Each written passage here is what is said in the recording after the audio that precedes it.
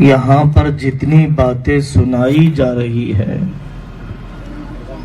وہ حضرت رسول اللہ صلی اللہ علیہ وسلم کی سیرت سے ثابت ہے، اور ہمارے اکابرین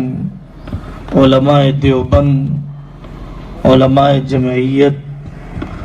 اور پرسنل بورڈ کے علماء، ہمارے ملک کے سطح کے اکابر اور ہمارے صوبائی سطح کے اکابر، ان سارے اکابر کے سامنے یہ پورے کام اور اس کام کے خاک پر یہ کر رہا ہے۔ اس لیے مکمل ہمیں دلی انشراح ہونا چاہیے اور دلی اطمینان رہنا چاہیے۔ اور یہاں تو علماء کرام کی بہت بڑی تعداد بیٹھی ہوئی ہے جنہوں نے حضرت رسول اللہ صلی اللہ علیہ وسلم کی سیرت کو جامعیت کے ساتھ پڑھا ہے۔ انہیں اچھی طرح اندازہ ہے کہ تعلیمی میدان، سماجی میدان اور اسی طریقے سے کھیل کود کا میدان، عقیدوں کی حفاظت کا میدان، یہ وہ سارے کام ہیں جو حضرت رسول اللہ صلی اللہ علیہ وسلم نے اپنے زمانے میں کیے ہیں۔ ہمارا ذہن بالکل صاف رہنا چاہیے کہ دین کے سارے کام ایک دوسرے کے مددگار ہیں، ایک دوسرے کے معاون ہیں، ایک دوسرے کے مقابل نہیں ہیں۔ جیسے ہاتھ پیر ایک دوسرے کی مدد کرتے ہیں، جیسے کارپینٹر اور مستری ایک دوسرے کی مدد کر رہے ہیں پورے گھر کی عمارت کو کھڑی کرنے کے لیے، اسی طریقے سے دین کے سارے کام ایک دوسرے کے معاون ہیں، ایک دوسرے کے مقابل نہیں ہیں۔ حضرت ہردوئی رحمت اللہ علیہ کا مشہور ملفوظ ہے کہ دو آدمی جنازہ اٹھا رہے تھے اور دو آدمی آ گئے تو ان کا شکریہ ادا کیا جاتا ہے کہ اچھا کیا آپ نے کہ جنازہ اٹھانے میں ہماری مدد کر دی۔ اسی طریقے سے تبلیغ نے دین کا جنازہ اٹھایا، مدرسوں نے دین کا جنازہ اٹھایا، مکاتب نے دین کا جنازہ اٹھایا، ختم نبوت نے دین کا جنازہ اٹھایا، اور اسی طریقے سے مسلمانوں میں دعوت کا کام کرنے والوں نے دین کا جنازہ اٹھایا، غیر سودی ادارہ، انٹرسٹ فری ادارہ قائم کرنے والوں نے دین کا جنازہ اٹھایا۔ یہ سب دین کا جنازہ اٹھانے میں ایک دوسرے کی مدد کر رہے ہیں، ایک دوسرے کو اپنے اوپر احسان کرنے والا سمجھتے ہیں۔ اس وجہ سے ایک دوسرے کی قدر ہمارے پاس ہونا چاہیے۔ حضرت ہردوئی رحمت اللہ علیہ فرماتے تھے دین کے سارے کام نافع تو ہیں، کافی نہیں ہے۔ دین کے سارے کام نافع تو ہیں، کافی نہیں ہے، اور بہت سے کام کرنے کی ضرورت ہے۔ حالات اور زمانہ بہت سے کام اور اس کے تقاضوں کو، اس کی ضرورتوں کو سمجھاتے رہتا ہے اور علماء اس کو بتلاتے رہتے ہیں۔ یہ بڑی بات ہے کہ ہر زمانے میں کچھ ترجیحی کام ہوتے ہیں، کچھ زمانے میں ترجیحی کام ہوتے ہیں۔ اپنے روایتی کاموں کے ساتھ وہ ترجیحی کام کرنا پڑتا ہے،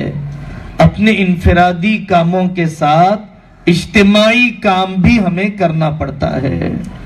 ہمارے روایتی کام کیا ہے؟ مکتب چلا رہے ہیں آپ، امامت کر رہے ہیں آپ، مؤذنی کر رہے ہیں آپ، اسکول چلا رہے ہیں آپ، ضرور چلائیے، اپنے ان انفرادی کاموں کے ساتھ اجتماعی کام بھی کیجئے، ملی کام بھی کیجئے۔ ملی کام کیا کرنا ہے؟ آپ کو بتلایا گیا تعلیم میں ترقی کیسے ہو، ڈاکومنٹس درست کیسے ہو۔ آج کل ترکی کے لیے زلزلے سے متاثر لوگوں کے لیے امداد جمع کر کے بھیجی جا رہی ہے۔ کل رات میں مننے گوڑا نامی ایک علاقے میں تھا، وقار آباد کے قریب۔ دوستوں نے بتلایا کہ ہم نے ساری دکانوں پر صرف 1 گھنٹے کا چکر لگایا، 1.25 لاکھ روپے کی رقم جمع ہو گئی ترکی بھیجنے کے لیے۔ غیر مسلم بھائیوں نے تعاون پیش کیا۔ کل ہم جمعہ میں گئے تو جمعہ کے بیان سے پہلے ایک دوست نے آ کر کہا کہ مادھا پور پر ترکی ایمبیسی ہے، وہاں پر جو لوگ کپڑے لا کر دے رہے ہیں، سامان لا کر دے رہے ہیں ترکی پہنچانے کے لیے، اس کی صفائی اور اس کی چھٹائی کرنے میں غیر مسلم لڑکے کام کر رہے ہیں، غیر مسلم لڑکیاں کام کر رہی ہیں۔ تو اپنے انفرادی کاموں کے ساتھ اجتماعی کام، اپنے روایتی کاموں کے ساتھ اپنے ترجیحی کام ہمیں کرنا چاہیے۔ حضرت رسول اللہ صلی اللہ علیہ وسلم نے فرمایا من لم یہتم بامور المسلمین فلیس منا، جس کو مسلمانوں کے اجتماعی مسائل میں دلچسپی نہ ہو وہ مسلمان کہلائے جانے کے قابل نہیں ہے۔ ہم پیٹ بھر کھا لیں، پڑوسی نہ کھائے، وہ کامل مسلمان نہیں ہے۔ تو کھانے سے زیادہ، روٹی سے زیادہ وہ سارے مسائل ہیں جو آپ کو سنائے جا رہے ہیں۔ دیکھیے جتنے کام بتلائے گئے، ماشاءاللہ بہت سے کام وہ ہیں جو آپ کر رہے ہیں، اور بہت سے کام وہ ہیں جو ہمیں سیکھ کر کرنا ہے۔ آپ انجینئرنگ کالجز چلا رہے ہیں، آپ چھوٹے موٹے اسکولز چلا رہے ہیں، آپ مکاتب آباد کر رہے ہیں، آپ لڑکیوں کے مدرسے چلا رہے ہیں، آپ نے کورونا کے زمانے میں جنازے نہلائے، آپ نے وبائی دور میں کھانے تقسیم کیے، آپ نے NPR اور CAA کے دور میں حکومت کی پالیسیوں کے خلاف شعور بیدار کیا، کاغذات درست کرنے کی فکر آپ نے پیدا کی۔ تو کچھ کام ہو رہے ہیں، کچھ کام نہیں ہو رہے ہیں۔ جو کام ہو رہے ہیں اس کو اور بہتر بنانا ہے، اس کو صرف NPR تک اور کورونا کے زمانے تک محدود نہیں کرنا ہے، بلکہ ان کاموں کو سال کے 12 مہینے اور 360 دن ہمیں کرنا ہے۔ مستقل مزاجی سے ہم کام کریں گے تو پھر یہ کام اپنے اثرات بتلائے گا۔ سعید آباد حیدرآباد کا ایک محلہ ہے، وہاں پر ایک کام شروع کیا ٹیوشن سینٹر کا، نیو ایجوکیشن پالیسی کے کفریہ اثرات سے بچانے کے لیے ٹیوشن سینٹر کا کام شروع کیا۔ تو وہاں پر جو لیکچرز پڑھاتے ہیں ان کو انگلش نہیں آتی ہے،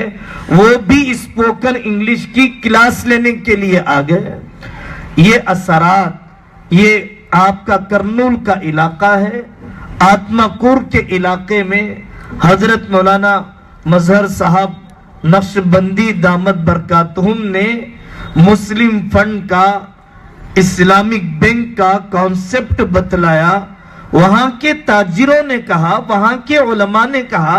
اتنا آسان ہے، ہم لوگوں کو بیعت سے بچا دیں گے، زیرو انٹرسٹ کے نام پر دلدل میں دھسنے سے روک دیں گے، ڈوکرا اسکیموں سے روک دیں گے، کرسچن مشنریز کا لقمہ بننے سے بچا لیں گے۔ اتنا آسان کانسیپٹ ہے کہ اتنے آسانی کے ساتھ لوگوں کو بیاج سے بچایا جا سکتا ہے۔ یہ کام ہو رہا ہے، محبوب نگر میں ہو رہا ہے، کوروٹلے میں ہو رہا ہے، حیدرآباد شہر کے مختلف حصوں میں ہو رہا ہے، مختلف نام سے ہو رہا ہے۔ اس وجہ سے تعلیمی میدان کے اندر شعور بیدار کرنے کے لیے بنگلور کا علاقہ، ٹمکور کا علاقہ، علماء نے 32 سال محنت کی ہے، سائیکالوجی کو پڑھا اور ایجوکیشنل سسٹمز کو پڑھا۔ انہوں نے پورے سیلیبس کو اور سیلیبس کے ایک ایک لیسن کو اسلامائزیشن اور اسلام کے رنگ میں ڈالنے کے لیے 32 سال جھونک دیے، تو وہ وہاں پر اپنے اسکول میں کیپٹلزم بھی پڑھاتے ہیں اور اسلام کا فائنانس سسٹم بھی پڑھاتے ہیں۔ ان کو پڑھانے کے لیے عیسائیوں کے پوئمز کی ضرورت نہیں ہے، اللہ کی توحید سکھانے والے انگلش کے پوئمز بھی سکھائے جاتے ہیں۔ میتھمیٹکس سکھانے کے لیے انٹرسٹ کے حساب کی ضرورت نہیں ہے، بلکہ انٹرسٹ کا حساب سکھاتے ہوئے زکوٰۃ کا کیلکولیشن بھی سکھاتے ہیں، میراث کا کیلکولیشن بھی سکھاتے ہیں۔ ایسے علماء اپنی عمریں جھونک رہے ہیں کہ ہمارے ملک میں جو تاریخ کو بگاڑا جا رہا ہے، ٹیپو سلطان کتنے اللہ والے تھے، اورنگزیب رحمت اللہ علیہ نے ملک کی کیسے حفاظت کی، اور اس ملک کو مسلمانوں نے سونے کی چڑیا بنایا اور دوسروں نے اس کو مٹی کی چڑیا بھی رہنے نہیں دیا۔ یہ تاریخ کی سچائیاں، یہ جغرافیے کی سچائیاں اور یہ سیلیبس کے اندر سے کفریہ اور شرکیہ بیکٹیریاز کی صفائی، یہ سب علماء کر رہے ہیں ان اسکولوں کے کھولنے کے ذریعے سے۔ انہوں نے سمجھایا کہ اسکول کھولنا بہت بڑا کام ہے، چلو ہم ٹیوشن سینٹر کھولتے ہیں، ہم سنڈے کلاسز چلاتے ہیں۔ گزشتہ جمعرات کو ہم ٹمکور کے علاقے میں تھے، وہاں پر انہوں نے ایک علاقے کا سروے کیا، 2000 کی بستی ہے، اور سروے کرنے کے بعد نشے میں، گانجے میں، افیون میں، شراب میں، جوئے میں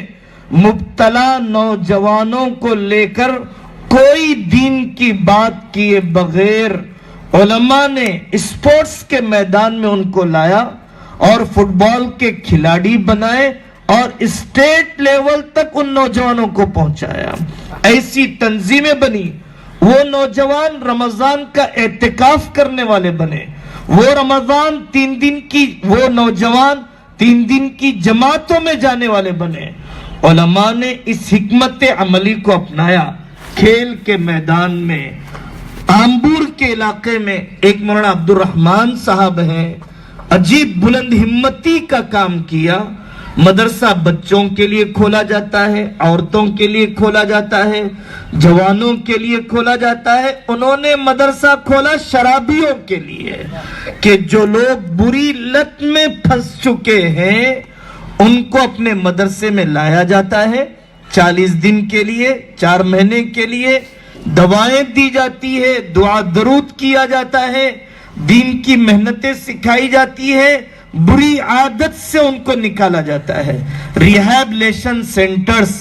عیسائیوں نے قائم کیے، دوسری قوموں نے قائم کیے، وہاں پر شراب کی عادت چھوٹے نہ چھوٹے لیکن وہ عیسائی بن جائے، پوجا کرنے والا بن جائے گا، لیکن علماء اور ہم ان کے مددگار بن کر کرنے کا کام نشے کے رواج کو تھامنے کے لیے اور نشے کی گندی لت کو اپنی نوجوان نسل سے ختم کرنے سے ہیں۔ اگر ہم اپنے خول سے نکلیں گے، کام کرنے والوں کو دیکھیں گے تو کام کے نئے نئے طریقے۔ آپ کے علاقے کی خوش قسمتی ہے کہ آپ کے علاقے میں صفا بیت المال چلتا ہے، ایک رشادی عالم دین کے ذریعے سے ملک کے اللہ تبارک و تعالی نے اتنا بڑا رفاہی کام کہ شہر کے اسکریپ کو جمع کر کے 12 لاکھ کی تنخواہیں دی جاتی ہے، کمپنیوں کا بچا ہوا کھانا پیک کر کے مختلف علاقوں کے اندر تقسیم کیا جاتا ہے، اسی صفحہ بیت المال کے ذریعے سے نہ جانے کتنے لوگوں کو وظیفے دیے جاتے ہیں، ہوم میڈ اسکیمات انہیں بتلائی جاتی ہے کہ آپ گھر میں رہتے ہوئے کیسے کام کر سکتی ہے۔ بالغات کے مکاتب 70-80 کی تعداد میں گھروں میں بغیر کسی عمارت کے، بغیر بڑے اسٹرکچر کے عورتوں کے مکاتب ارتداد کو روکنے کے لیے، غیر مسلموں کے ساتھ بھاگنے کے واقعات کو تھامنے کے لیے جنازہ نہلانے کا طریقہ سکھایا جاتا ہے، رمضان سے پہلے روزے زکوٰۃ کے مسائل بتائے جاتے ہیں، ان ماؤں بہنوں کے ذریعے سے قرآن کی تجوید کو مزید پختہ کیا جاتا ہے، نکاح طلاق کے سلسلے میں کونسلنگ کی جاتی ہے، شادی سے پہلے شادی کی زندگی ان عورتوں کے مکاتب میں بتلائی جاتی ہے، اور علماء علاقوں میں پھر کر، چکن کی دکانوں میں جا کر اور گوشت کی دکانوں میں جا کر حلال ذبیحہ کے مسائل بتلاتے ہیں کہ کون سا پارٹ کھانا جائز ہے، کون سا پارٹ اور عضو کھانا حرام ہے، ذبح کرنے کا کون سا طریقہ اسلامی ہے اور کون سا طریقہ ذبح کرنے کا غلط ہے کہ جس کی وجہ سے ہم حرام کما رہے ہیں اور مسلمانوں کو بھی حرام کھلا رہے ہیں۔ تو میرے عزیزوں، یہ بہت سے کام ہیں جو کام کرنے سے ہوں گے، بوجھ اٹھانے سے ہوں گے، مشین کا ہر پرزہ اہم ہے، اسٹیئرنگ کو اپنا کام کرنا پڑے گا، ٹائر کو اپنا کام کرنا پڑے گا، انجن کو اپنا کام کرنا پڑے گا، اسی طریقے سے علماء کو اپنا کام کرنا ہوگا، ڈونرز اور مخیرین کو اپنا کام کرنا ہوگا، نوجوانوں کو اپنی ذمہ داری پوری کرنا پڑے گا، عورتوں کو دعا درود اور گھر کی چہار دیواری میں ان کو اپنا کام پورا کرنا ہوگا، تبھی جا کر پوری مشنری اپنا اثر بتلائے گی، تبھی جا کر پورا دین اور پورے دین کے کام ہماری نگاہوں کے سامنے نظر آئیں گے۔ اللہ تعالی ہم سب کو اجتماعیت کے ساتھ دین کے سارے کاموں میں اپنی صلاحیت، اپنے علاقے کے تقاضے، اپنے علماء کے مشوروں کے ساتھ اللہ تعالیٰ کرنے کی توفیق عطا فرمائے۔ اب اس کے بعد یہاں پر حضرت مولانا